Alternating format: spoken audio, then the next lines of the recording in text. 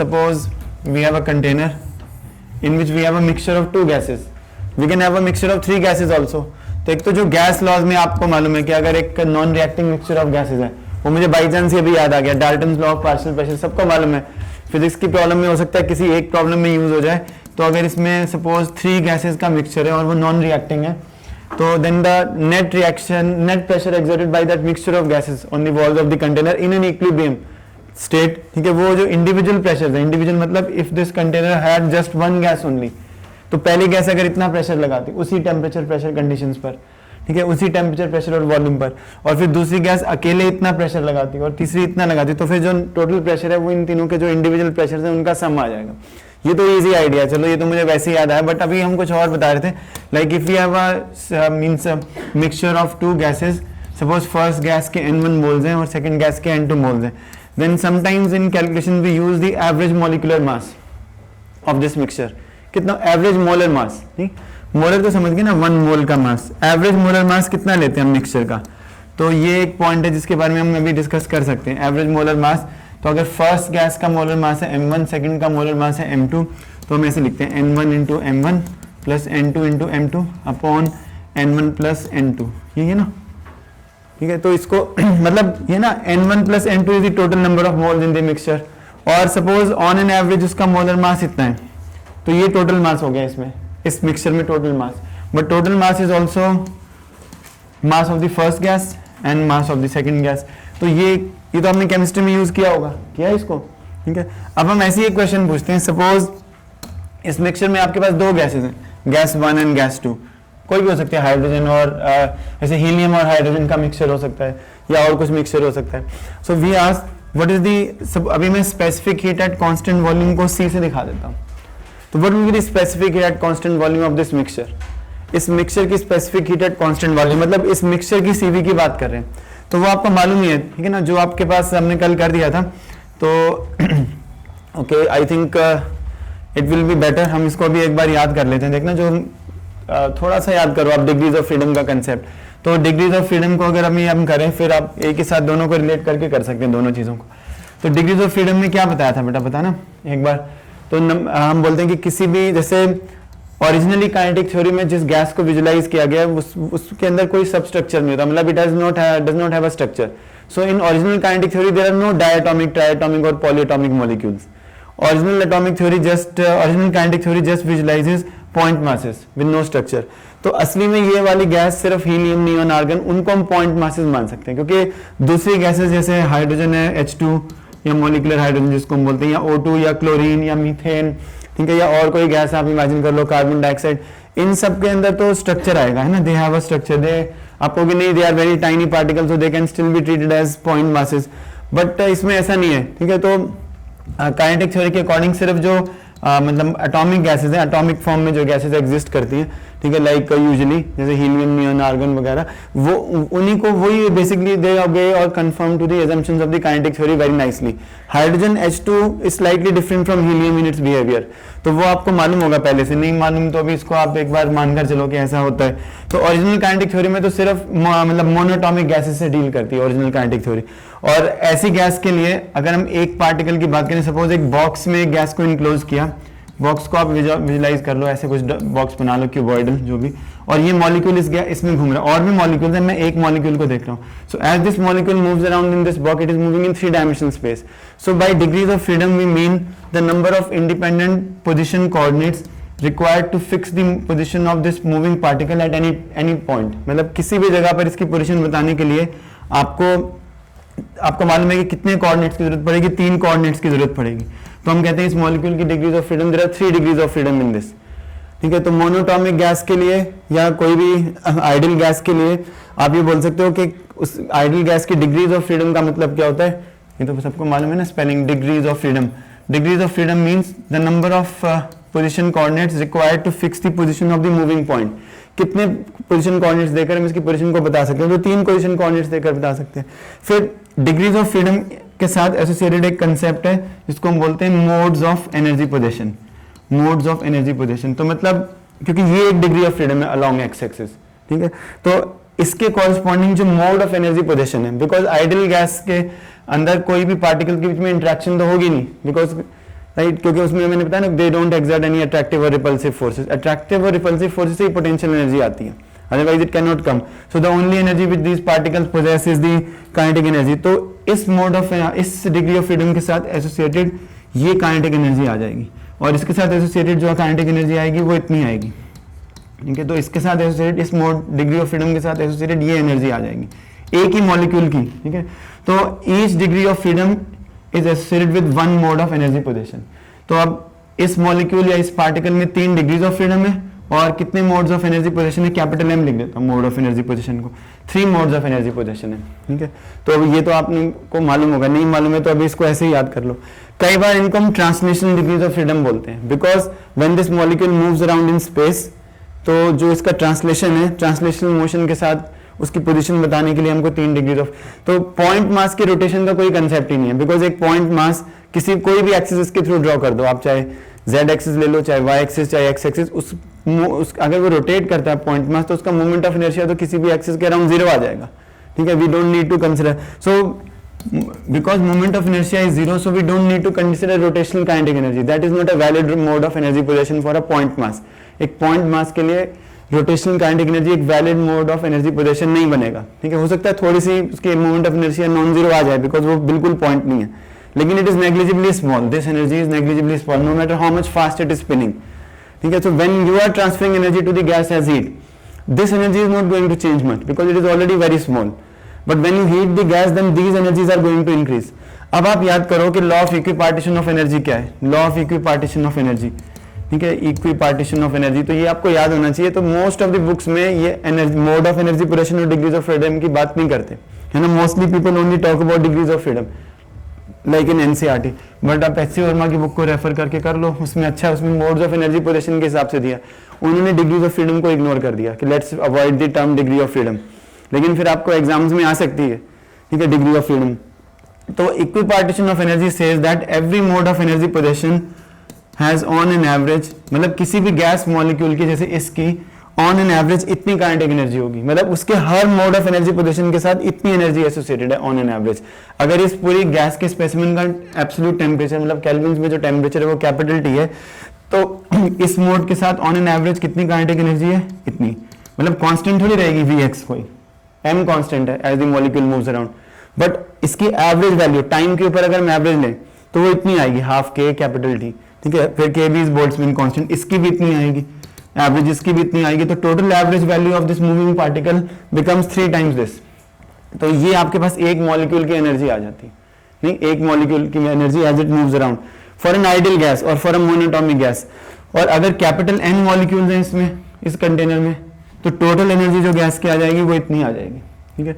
और अगर आप इसको एवोगैड्रो नंबर से डिवाइड करके और मल्टीप्लाई भी कर दो तो Na इंटू के भी मैंने आपको कल ही बताया था, this is capital R, ideal gas का जो कांस्टेंट, गैस कांस्टेंट, ठीक है। और N upon Na is number of moles, तो ये एक्सप्रेशन बन जाता है टोटल एनर्जी का, a gas which obeys the assumptions of the kinetic theory, ठीक है, उसकी टोटल इंटरनल एनर्जी की एक्सप्रेशन ये बन जाती है। अब इससे अगर हम CV निकालें, जो डेफिनेशन हमने की थी, क्या डेफिनेशन है CV की, 1/n du/dt, तो इससे CV की वैल्यू 3/2R आती है। तो ये मैंने सभी स्टूडेंट्स को बताया था लास्ट ईयर भी, इस ईयर भी, कि हीलियम, नियोन, आर्गन, इनकी अगर आप CV की वैल्यू देखोगे, एक्सपेरिमेंटली मेजर करोगे तो वो अराउंड इतनी आती है, ठीक है। और फिर CP तो निकल ही जाएगा, क्योंकि CP is basically CV plus R। तो मोनोटॉमिक गैसेस के लिए क्या CP की वैल्यू इतनी होती है, तो सबको मालूम है वो इतनी होती है, एक्सपेरिमेंटली हम वेरीफाई कर सकते हैं कि वो इतनी होती है। और gamma is defined as CP upon CV, so this divide by this, it becomes 5/3। तो मोनोटॉमिक गैसेस का गामा भी हम एक्सपेरिमेंटली मेजर कर सकते हैं, CP भी, CV भी, तो वो एग्जैक्टली इतना ही आते हैं। लेकिन अगर आप डायटोमिक गैसेस लेते हो, जैसे हाइड्रोजन, क्लोरीन, ऑक्सीजन एटसेट्रा, इनका CV भी इतना नहीं होता और CP भी इतना नहीं होगा और गामा भी इतना नहीं होगा, ठीक है। लेकिन एक कैच है कि जो भी डायटोमिक गैसेस है उनका जो CV है वो इतना आ जाता है, लो टेम्परेचर के ऊपर वो इतना आता है। लो टेम्परेचर मतलब जो आपके एग्जाम में टेम्परेचर लो रहेगा, नीट में, IIT में temperature will be low enough for all these gases, not for your body, ठीक है। तो इन सब बॉडीज क्या, मतलब क्योंकि हाई टेम्परेचर के ऊपर इनकी CV की वैल्यू इतनी नहीं आएगी, होता है ना, फॉर लो इनफ टेम्परेचर्स, ठीक है, for temperature which we are going to solve the question, उनमें इन सब गैसेस का टेम्परेचर इतना लो रहेगा कि आप इनकी CV की वैल्यू इतनी आती है, CP की नहीं, इनकी CV की वैल्यू तो इनकी 7/2R आएगी। हाई टेम्परेचर्स के ऊपर इनमें वाइब्रेशनल मोड एक्साइट हो जाता है, वो आपको बताया पहले। तो पहले आप देखो एट लो इनफ टेम्परेचर, या मतलब मान के चलते हैं हम हाई टेम्परेचर को फिर बाद में अलग से कर लेंगे एक्सेप्शनली। तो इनकी सीवी की वैल्यू कितनी आती है 5/2R। अभी आपको समझना है कि इनकी सीवी की वैल्यू इतनी क्यों आती है, बिकॉज डायटोमिक मॉलिक्यूल्स के केस में, अब सपोज ये डायटोमिक मॉलिक्यूल है, तो हमने ये डायटोमिक मॉलिक्यूल के दो जो ब्लॉब्स दिखाए हैं यहाँ क्यों दिखाए, क्योंकि ये जो ग्रीन वाला है इसका सेंटर ऑफ मास है। So as this diatomic molecule moves around in space, वो ऐसे घूम भी सकता है। अब इसका सब स्ट्रक्चर है ना कुछ, ठीक है, it has a structure, so it can rotate and as it moves around, ठीक है।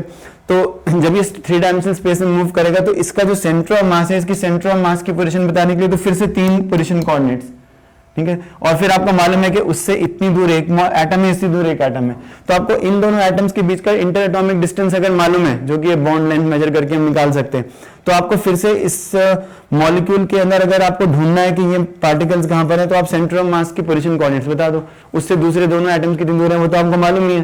तो फिर से ट्रांसलेशन डिग्रीज ऑफ फ्रीडम फिर से 3 आ जाएंगी। मतलब ट्रांसलेशन मोशन के लिए, ट्रांसलेशन मोशन क्या होता है, एक रोटेशनल मोशन ये है कि ये कहीं गया नहीं, अपनी जगह पे ऐसे घूम रहा है। सपोज ये यहाँ पे ऐसे घूम रहा है, ये मॉलिक्यूल है और ये ऐसे घूम रहा है, तो ये तो रोटेशन होगी। या ये ऐसे घूम रहा है, ये भी रोटेशन होगी। ऐसे घूमना इतना इंपॉर्टेंट नहीं है, क्योंकि डायटोमिक मॉलिक्यूल के लिए ये जो पॉइंट मासेस है, moment of inertia along this axis is 0। तो दो तरीके के इसमें मोड्स ऑफ एनर्जी पोजीशन आ सकते हैं रोटेशनल मोशन के साथ। एक तो हाफ आई ओमेगा स्क्वायर, अगर ये वाली एक्सिस सपोज वाई एक्सिस है तो I Y omega square, omega Y ले लो आप, ओमेगा भी तो वेक्टर है ना, उसके omega X omega Y omega Z 3 components आ सकते हैं। तो ये वाला मोशन ये वाई एक्सिस के अलोंग रोटेशन हो रही है, ठीक है।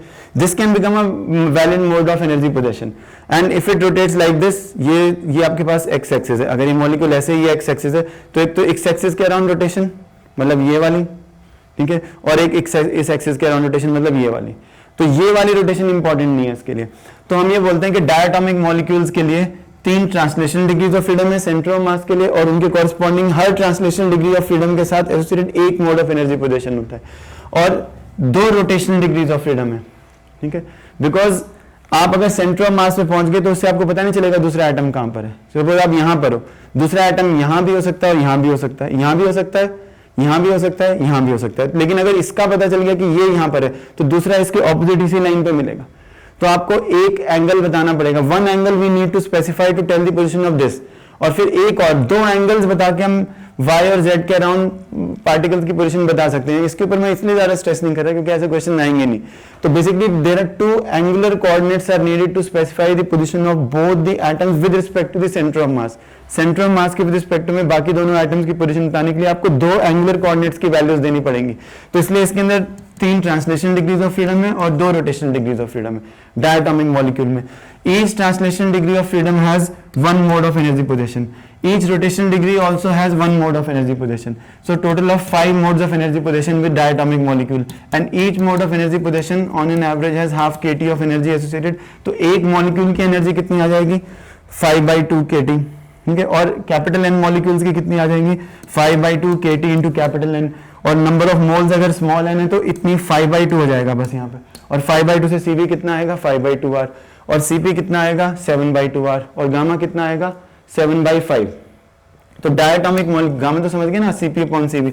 तो डायटोमिक मॉलिक्यूल्स के लिए गामा इतना आना चाहिए, Cp 7/5 आना चाहिए, 7/2 आना चाहिए, Cv 5/2 आना चाहिए, R, ठीक है। तो वो एक्सपेरिमेंटली हम वेरीफाई कर सकते हैं कि इतना ही आता है, unless we take these gases at very very high temperature which you are not going to encounter in your NEET and mains exam. Everywhere you will find vibrational modes, कहीं picture में ही नहीं आएंगे, तो मैं उसको अवॉइड कर देता हूँ डिस्कशन को, वाइब्रेशनल मोड्स को, it is not required. Polyatomic gases में 3 ट्रांसलेशन डिग्रीज ऑफ फ्रीडम होती हैं और 3 रोटेशनल डिग्रीज ऑफ फ्रीडम होती हैं, because polyatomic gases like let's say methane और अमोनिया, ठीक है, इनके लिए आपको ये दोनों तीनों मतलब उसमें तीनों एक्सिस के अराउंड रोटेशन जो है वो सिग्निफिकेंट हो जाएगी, तो उसके अंदर 3 आ जाएंगे, ठीक है, रोटेशनल और ट्रांसलेशनल और रोटेशनल मोड्स। तो ये आप याद रखो, number of degrees of freedom कैसे फाइंड करना है, आ जाएगा बेटा ये सबको समझ में, ठीक है। तो बाकी वाइब्रेशन का भी कोई फायदा नहीं है, क्योंकि आप देखोगे ना पुराने ईयर्स के पेपर में कहीं पे भी नहीं आया हुआ कि वाइब्रेशनल मोड्स होते हैं, ऐसा कुछ भी नहीं है, ठीक है। तो मेरे ख्याल से ज्यादा इंपॉर्टेंट नहीं है। अगर आप याद करना ही चाहते हो और आपको लगता है आप कंफ्यूज नहीं होगे तो आप ये याद रख सकते हो कि डायटोमिक गैस के अंदर 1 वाइब्रेशनल मोड होता है, मतलब ये मॉलिक्यूल है तो ये वाइब्रेशंस भी उसकी बढ़ सकती हैं हीटिंग करने से, ठीक है। लेकिन 1 vibrational degree of freedom has 2 modes of energy position, ठीक है। 2 मोड्स ऑफ, एक जैसे every translation degree of freedom has 1 mode of energy position, every rotation degree of freedom has 1 mode of energy position. Mode of energy position का मतलब कितने तरीके से उस मोड में एनर्जी हो सकती है। रोटेशन में तो सिर्फ काइनेटिक एनर्जी हो सकती है, ठीक है, लेकिन वाइब्रेशन में क्या है, 2 पार्टिकल्स हैं तो हाफ kx², ठीक है, और ये काइनेटिक एनर्जी भी हाफ mv² भी, 2 एनर्जीज हो सकती हैं, potential as well as kinetic. Because diatomic आएगा तो फोर्सेस आएंगी मॉलिक्यूल्स पार्टिकल्स के बीच में, जो भी पार्टिकल्स हैं उनके बीच में फोर्सेस आ जाएंगे, और फोर्सेस का मतलब पोटेंशियल एनर्जी है। तो जब हम वाइब्रेशन की बात करते हैं तो number of modes of energy position with 1 vibration. Diatomic molecules में अगर आपको कहा है कि वाइब्रेशन को कंसिडर करो, अगर आपको डायटोमिक मॉलिक्यूल्स में उन्होंने कहा है कि वाइब्रेशन मोड को कंसिडर करो, तो आपको यही ध्यान में रखना चाहिए कि डायटोमिक गैस के अंदर 1 वाइब्रेशनल डिग्री ऑफ फ्रीडम होती है, 1 vibrational degree of freedom diatomic में, और this vibrational degree of freedom has 2 modes of energy position, ठीक है। But vibrational degree of freedom is not visible at normal temperatures up to 1000 kelvin, let's say, उससे बाद ज्यादा visible होगी। तो diatomic gas के लिए 3 ट्रांसलेशन डिग्रीज, 2 रोटेशनल डिग्रीज, ठीक है, 2 रोटेशनल डिग्रीज, और vibrational degree of freedom 1, but this is visible only at high temperature and you will not encounter most of the time. Each of these has 1 mode of energy position, तो number of modes of energy position इसमें आ गए 3, और ये कितनी rotational degrees हैं, 2, तो 2 mode of energy position. और वाइब्रेशन अगर पिक्चर में है तो 1 vibration degree of freedom has 2 modes of energy position, तो total of 7 degrees of freedom. तो इसके लिए जो CV की वैल्यू है डायटोमिक मॉलिक्यूल के लिए, CV की वैल्यू इतनी कब हो जाएगी, बहुत हाई टेम्परेचर पर, नॉर्मल टेम्परेचर पर, और सब बुक्स में ये आंसर दिया होगा, समझ में आ जाएगा, ठीक है। तो ये आपको देखना है वाइब्रेशन। जब हम पॉलीएटॉमिक गैसेस की बात करते हैं तो पॉलीएटॉमिक गैसेस में 3 ट्रांसलेशन डिग्रीज, 3 रोटेशनल डिग्रीज, ठीक है। ऐसा कर लेते हैं ना, पॉलीएटॉमिक गैसेस में भी 2 केसेस आते हैं, एक तो जिसमें लीनियर मॉलिक्यूल है, ठीक है, जैसे कार्बन डाइऑक्साइड, ठीक है, तो उसके अंदर रोटेशनल डिग्रीज 2 ही आएंगी, ठीक है। वाइब्रेशनल डिग्री कितनी आ जाएंगी, ठीक है, तो मैंने आपको कल भी बताया था, ये नहीं बताया था, 3n-5 इतनी वाइब्रेशनल डिग्रीज आएंगी, लेकिन ये फिर से इंपॉर्टेंट नहीं है, ठीक है, इतना ज्यादा। n क्या है, इसमें नंबर ऑफ न्यूक्लियाई, एक कार्बन का है, 2 ऑक्सीजन के, तो इसमें n, इसके लिए n हो जाएगा 3, तो 3 × 3 9, 9 - 5 4, तो इसमें 4 वाइब्रेशनल डिग्रीज फ्रीडम आ जाएंगी कार्बन डाइऑक्साइड में, ठीक है। तो ये याद रखना है आपको फॉर्मूला, 4 का मतलब अब 8 मोड्स ऑफ एनर्जी पोजीशन हो गए, और 2 मोड्स इसमें 10 और 3 इसमें हो गए 13, इतने मोड्स ऑफ एनर्जी पोजीशन आ जाएंगे कार्बन डाइऑक्साइड में 13, ठीक है। तो उसके एक मॉलिक्यूल की एनर्जी आ जाएगी 13/2 kT। और आप चेक कर लेना कार्बन डाइऑक्साइड के लिए, ठीक है, जो आपके मतलब जो CV की वैल्यू आएगी वो 6.5 R के करीब आएगी, ठीक है। आप चेक कर लेना, टेबल्स में दी हुई है, ठीक है, हो सकता है HCl में और NCERT में ना दी हो, इंपॉर्टेंट नहीं है पॉलीएटॉमिक। अगर नॉन लीनियर मॉलिक्यूल है पॉलीएटॉमिक में तो उसमें 3 रोटेशनल डिग्रीज आएंगी, ठीक है, ये नंबर 3 बन जाएगा। अगर NH3 के लिए, CH4 के लिए 3 translation degrees, 3 rotational degrees of freedom, और वाइब्रेशनल डिग्रीज 3n-6। अब जैसे अमोनिया के लिए n कितना बन जाएगा, n विल बिकम 4, ठीक है, तो 3 4 12, 12 - 6 6 आ जाएंगी।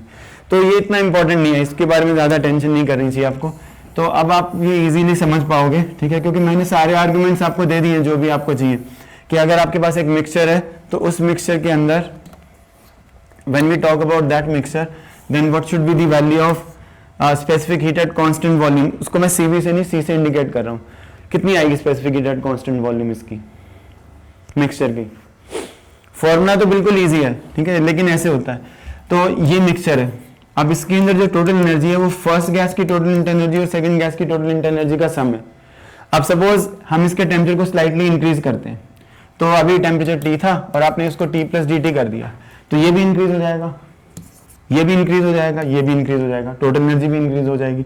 लेकिन इसमें जो इंक्रीज आएगा वो इतना आएगा, इतना, और इसमें जो इंक्रीज आएगा वो इतना आएगा।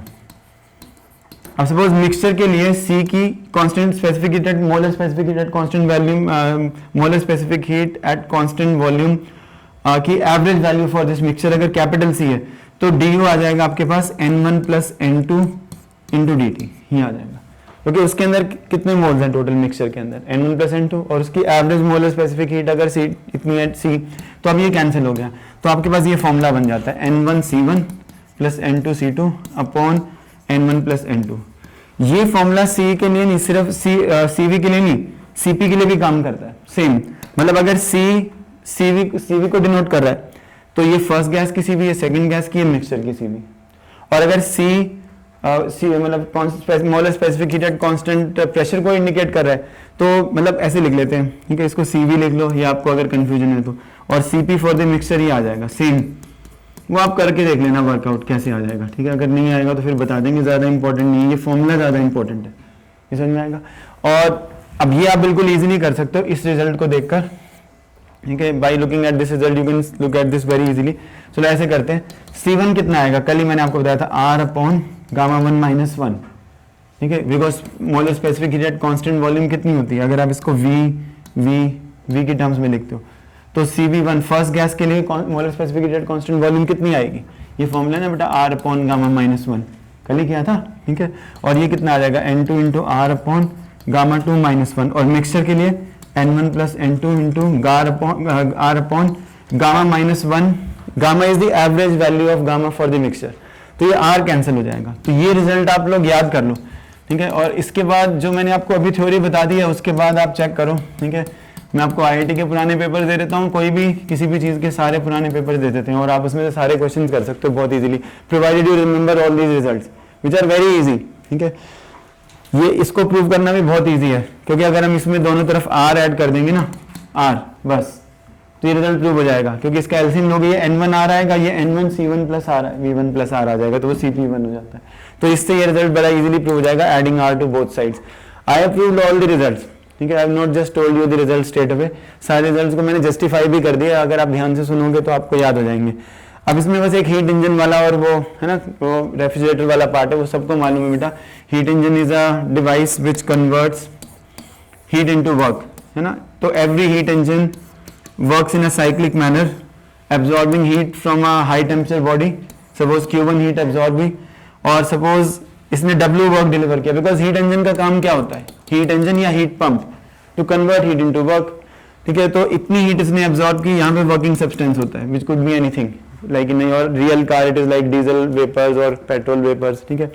और इसने इतनी हीट एब्जॉर्ब की और इतना वर्क डिलीवर किया यूजफुल, बिकॉज काम क्या होता है हीट इंजन का, हीट को काइनेटिक एनर्जी में कन्वर्ट करना। लेकिन जब ये यहाँ से यहाँ, तो इतनी heat, let's say it is wasting some heat, तो इसको ऐसे कर देते हैं, यहाँ पे वर्क लिखो, work is being delivered here,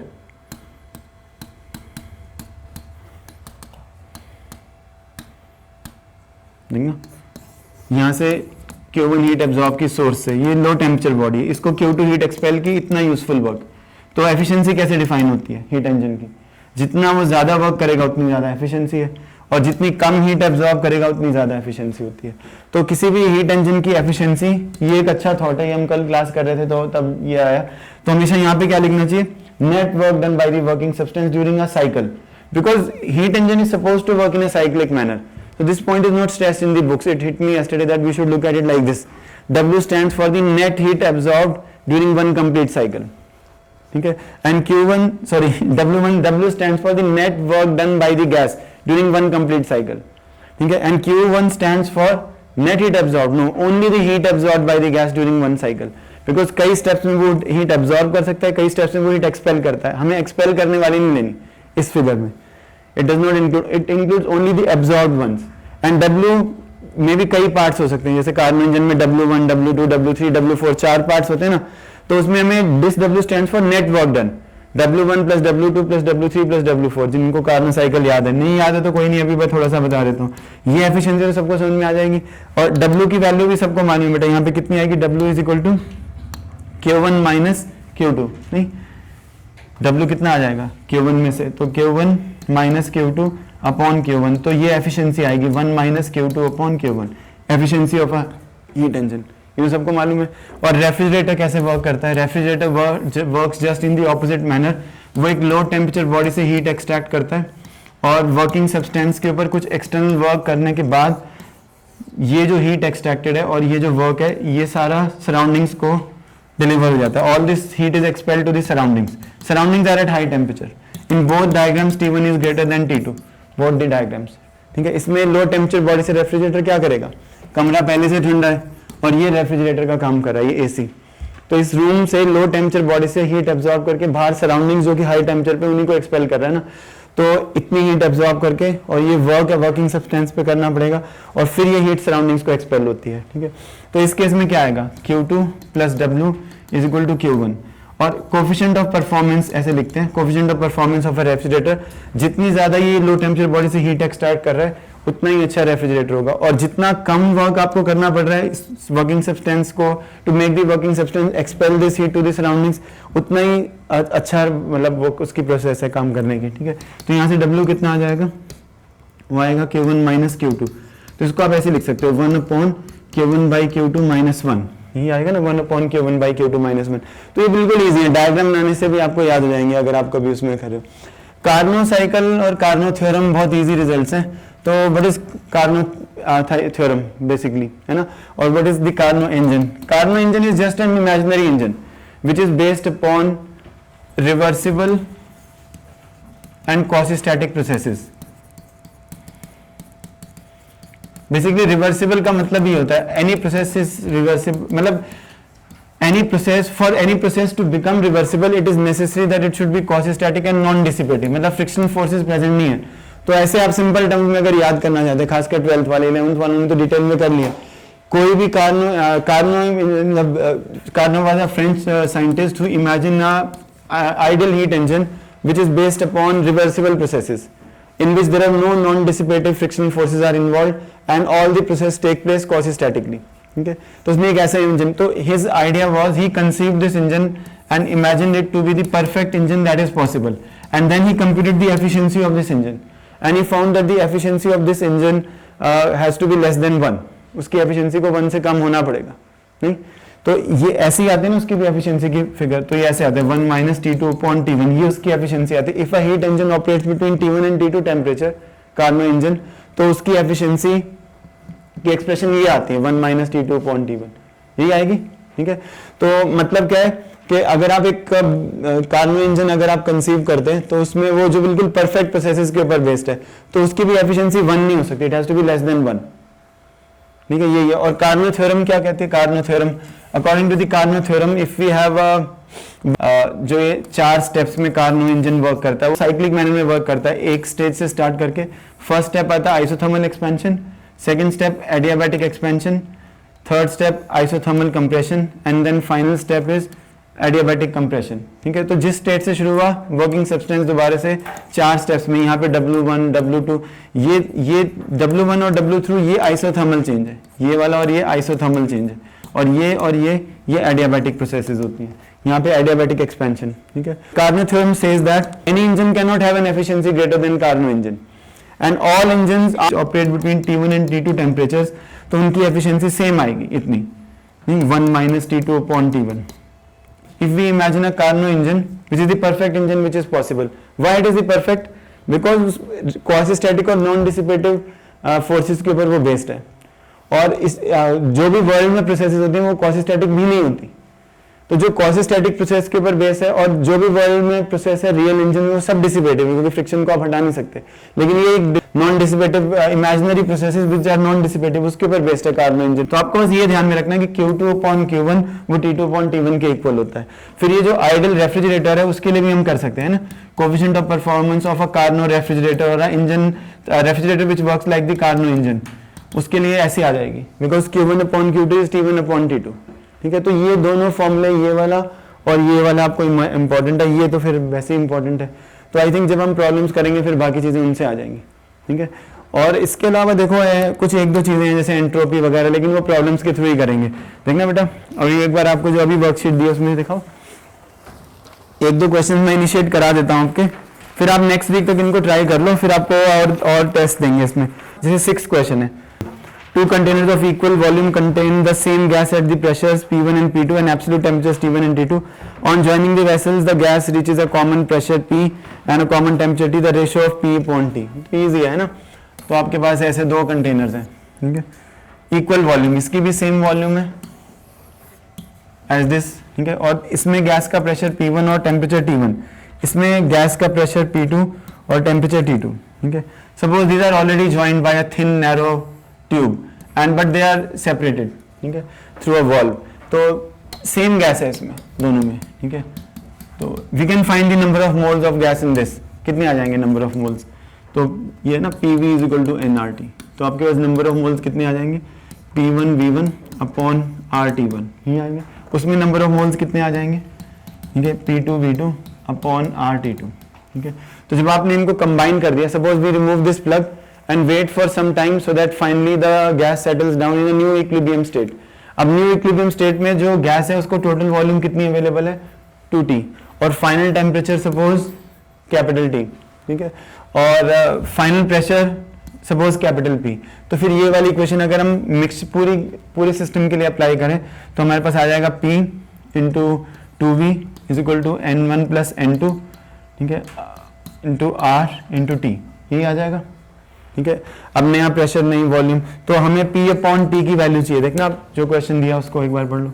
P upon T, तो N1 plus N2 into R की वैल्यू आपको लिखनी है. तो N1 प्लस N2 इन दोनों से निकाल लो. N1 प्लस N2 कितना आ जाएगा? N1 plus N2. N1 इससे कितना आएगा? P1 V1 अपॉन T1, ठीक है, plus P2 V2 upon T2. क्योंकि जो इनमें R और R लिखा है वो R कॉमन आके इस वाले R के साथ कैंसिल आउट हो जाएगा. तो आपके पास ये एक्सप्रेशन आ जाएगी. अब इस 2 को भी हम यहाँ पे लिख देंगे 1/2. जहाँ पे भी लिखना है वहीं पे लिख दो. ठीक है. अब उसमें से आप देख लेना कौन सा पार्ट मैच कर जाएगा. मैच कर जाएगा ना? कौन सा बेटा? हाँ. तो इसमें ये जो, हाँ चलो V को भी हटाना पड़ेगा हमें, है ना?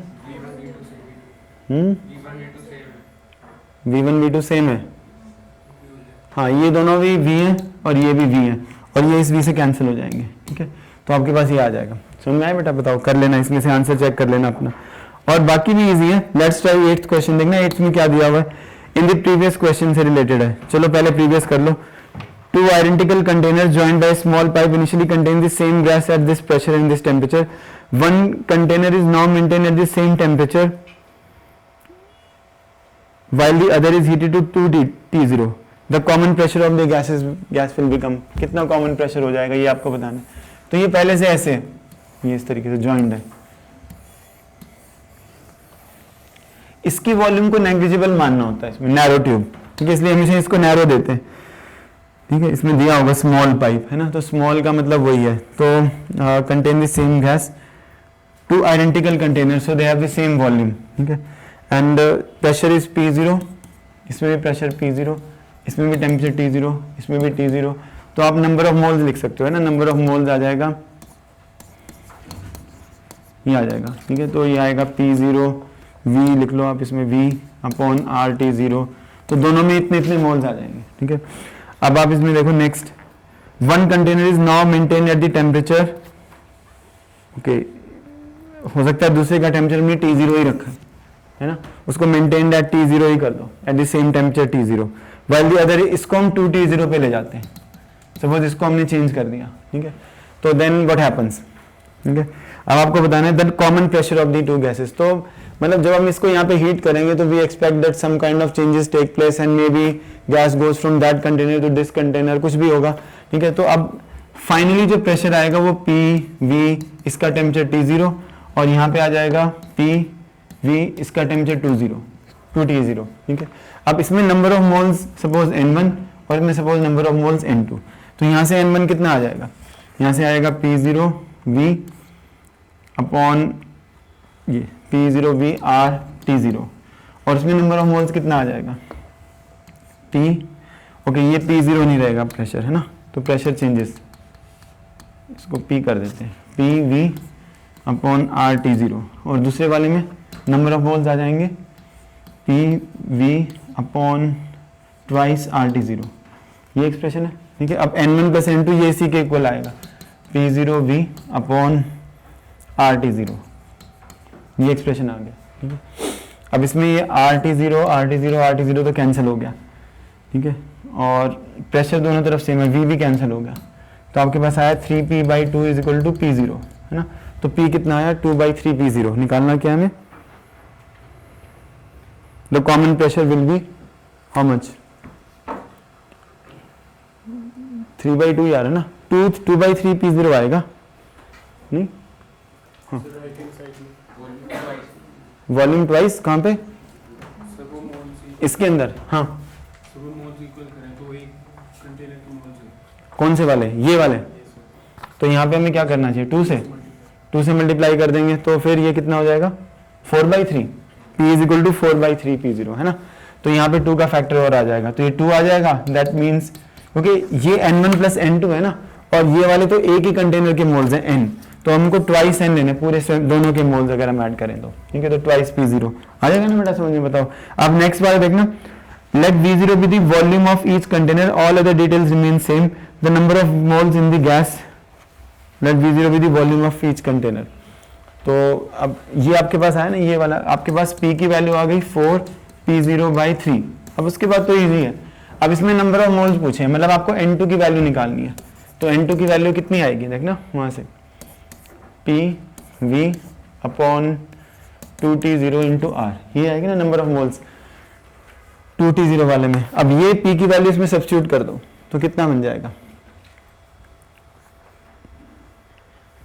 कौन सा पार्ट आ जाएगा, 2/3, ठीक है। अगर हम ये P की वैल्यू इसमें सब्स्टिट्यूट कर दें तो C पार्ट आ जाएगा कि नहीं, ये वाली वैल्यू इसमें सब्स्टिट्यूट कर दो, P की जगह ये, तो ये 2 इससे कैंसिल हो गया 2, तो इजी है, कुछ भी नहीं है, ठीक है। तो आप देखना आगे देखना बेटा, जैसे अगर आप 9th देखते हो तो 9th में क्या पूछा है, तो आप एक बार ट्राई करके आओ, फिर टेस्ट करने में मजा आएगा। A gas expand from 1 litre to 3 litres, जैसे आप देखना एट एटमॉस्फेरिक प्रेशर का मतलब है मतलब कांस्टेंट प्रेशर है इसका, तो वर्क डन कांस्टेंट प्रेशर पे आता है ये 3L - 1L, ठीक है, और कांस्टेंट प्रेशर कितना है 10⁵ न्यूटन पर मीटर स्क्वायर, और ये आ जाएगा 2 litres, 1 litre means how many metre cube, 10⁻³ metre cube, ये एक्सप्रेशन बन जाएगा, तो ये बन जाएगा 200 जूल्स, इतना आंसर आ जाएगा, ठीक है, बिल्कुल ईजी है। अब जैसे ये वाला क्वेश्चन है, तो हाँ अब 11th है, देखना 11th, during an adiabatic process the pressure of the gas is found to be proportional to, the pressure is found to be proportional to the cube of its absolute temperature, ठीक है, और CP/CV को इन्होंने कहा है gamma से denote करो, तो गामा की वैल्यू निकालनी है आपको, है ना, इसी की वैल्यू न्यूमेरिकल टर्म्स में निकालनी है ड्यूरिंग एन एडियाबैटिक प्रोसेस, हो जाएगा। इसको ऐसे कर देंगे ना, P is equal to constant T⁻3 नहीं, और PV is equal to nRT, ये एक्सप्रेशन आ जाएगा। तो यहाँ से T की वैल्यू निकाल लो इस वाली इक्वेशन से, तो T की वैल्यू आपके पास आ जाएगी CP, ऐसे आ जाएगा ना, P/, ऐसे भी कर सकते हैं, है ना, देखना कौन सा बढ़िया मेथड रहेगा।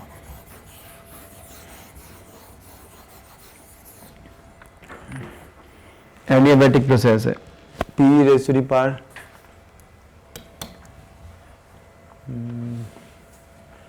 ये है ना, यहाँ से T की वैल्यू आ गई PV, ऐसे कर देते हैं ना, स्मॉल p करना पड़ेगा आपको, यहाँ से T की वैल्यू आई उसमें सब्स्टिट्यूट करने के लिए, ये TV की वैल्यू आएगी PV/nR⁻3, इसमें से T की वैल्यू निकाल के हमने इसमें सब्स्टिट्यूट कर दी, तो आपके पास बन गया P is equal to C P⁻3 V⁻3/nR, है ना, ये भी क्यूब आ जाएगा, बट C/n⁻R⁻, ये तो सब कांस्टेंट है, इसको K पुट कर लो, इस पूरी चीज़ को K कर लिया आपने, ठीक है, और फिर आपने कर दिया P⁻2 V⁻3 is equal to K, और फिर आपने कर दिया PV3⁻2 इंटू K, तो इसमें अब उसके बाद वही वाला फॉर्मूला लग जाएगा जो मैंने आपको कल बताया था, नहीं, उसके सबसे इजीएस्ट वे यही है इसको करने का, ये PV gamma is equal to constant form में आ गया ना, तो ये इसके लिए गामा बन गया, ठीक है, तो गामा कितना आ गया इसको 3/2, सबसे इजी मेथड यही है इसको करने का, एडियाबैटिक चेंज है ना, बाकी और भी तरीके हैं लेकिन ये इजी मेथड है। अब जैसे 13th है उसमें डायरेक्ट फॉर्मूला लग जाएगा, N1 moles of monatomic gas, N2 moles of diatomic gas has CP as this, तो then what is the relationship between N1 and N2, आप देखना, तो आपको गामा की वैल्यू दी है, तो N1 + N2 upon gamma is equal to N1 upon गामा1 plus N2 upon गामा2, यही रिलेशनशिप लिखी थी ना अभी हमने थोड़ी देर पहले, बस यहाँ पे -1 भी आया था, याद है आपको, ठीक है। अब इनमें इस इक्वेशन में से आपको N1 अपॉन N2 की रेशो निकालनी है, अगर आपको फॉर्मूला याद है तो आप बिल्कुल इजीली कर सकते हो, ठीक है। तो आपको दिया हुआ है मिक्सचर हैज गामा, मिक्सचर के लिए गामा कितना दिया हुआ है 3/2, मिक्सचर का ही गामा दिया ना आपको, तो ये वाली वैल्यू कितनी आएगी 3/2 - 1 1/2, ऐसे कर दिया। 1/2 को भी हम ऐसे लिख सकते हैं, ट्वाइस ऑफ दिस, नहीं, ये बन जाएगा। अब उसके लिए मोनोटॉमिक गैस के लिए क्या आएगा, गामा, मोनोटॉमिक गैस के लिए गामा कितना होता है 5/3, ठीक है। और यहाँ पे 5/3 माइनस 1 कितना आएगा, गामा 1 माइनस 1, ये कितना आ जाएगा 2/3, ठीक है। तो ये अगर 2/3 बन गया तो यहाँ पे जाकर ऊपर आ गया 3/2, ये बना 3/2 प्लस ऐसे ये कितना बन जाएगा 7/5 माइनस 1 इज 2/5, तो यहाँ पे आ जाएगा 5/2 n2, तो ये twice of n1 plus n2 कितना आ जाएगा, ठीक है। अब ये यहाँ पे 4 आ जाएगा 4। अब आपको क्या करना है, n1/n2 निकालना है या n2/n1, चलो दोनों में से कुछ भी निकालो। n1/n2 निकालेंगे तो आपके पास ये dividing both side by n2, ठीक है। तो आपके पास बना ये, ठीक है। तो ये आया 3/4 n1/n2 प्लस 5/4, यही बना। अब इसमें से हमको इसकी वैल्यू निकालनी है, इसको x मान लो या ऐसे लिख लो n1/n2 minus 3/4 n1/n2 is equal to 5/4 minus 1 कितना आया 1/4, और ये भी 1/4, तो n1 is equal to n2 आ जाएगा, ठीक है। मतलब बिल्कुल 22nd में क्या दिया हुआ है, a gas undergoes an adiabatic process and an isothermal process. The two processes are plotted on PV diagram. Resulting curves at the point P. तो basically what they want to say in this question is, वो आपको पहले से concept है ना, ये तो direct concept है, एक ऐसा ग्राफ है और एक ऐसा ग्राफ है, दो ग्राफ्स है और ये एक ही पॉइंट के ऊपर कॉमन है।